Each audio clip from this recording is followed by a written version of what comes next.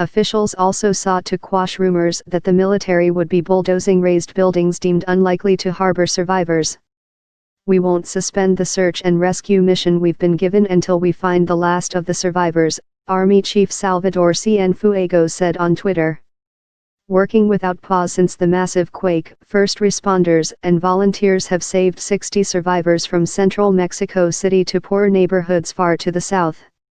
Luis Manuel Carrillo Núñez, 14, said he was in a yoga class at the Enrique Rebsamen private school on Tuesday when he heard people yell, "It's shaking.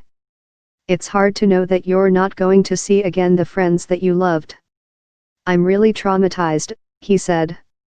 The full scale of damage has not been calculated, with buildings across the city of 20 million people badly cracked.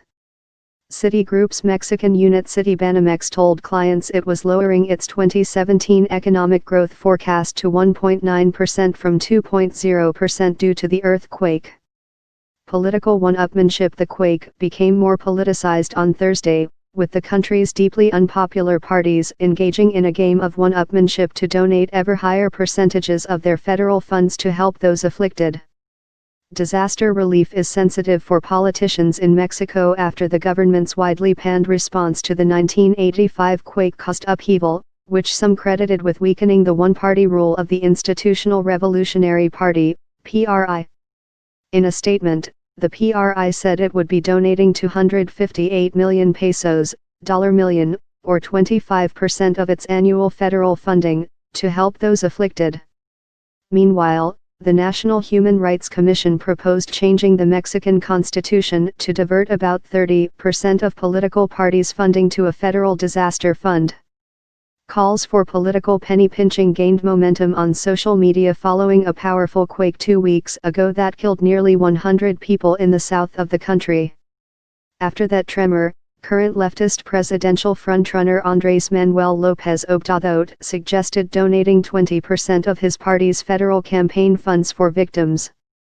On Thursday, though, after news of the PRI plans broke, López Obrador upped the ante, proposing donating 50% of his National Regeneration Movement, Morena, party's 2018 federal funding to support victims.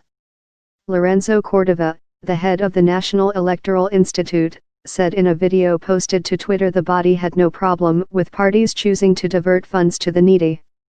Anger at Navy and media. After more than a day of wall-to-wall television coverage of the search for a girl in the rubble of the Enrique Rebsamen school, the Navy changed its version of events and said all pupils were now accounted for.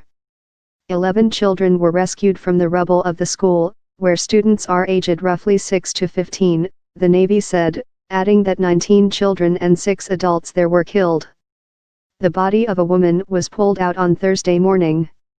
Rescue worker Amaudi Perez said, "We shouted, 'If you are inside the vehicle, please knock 3 times.'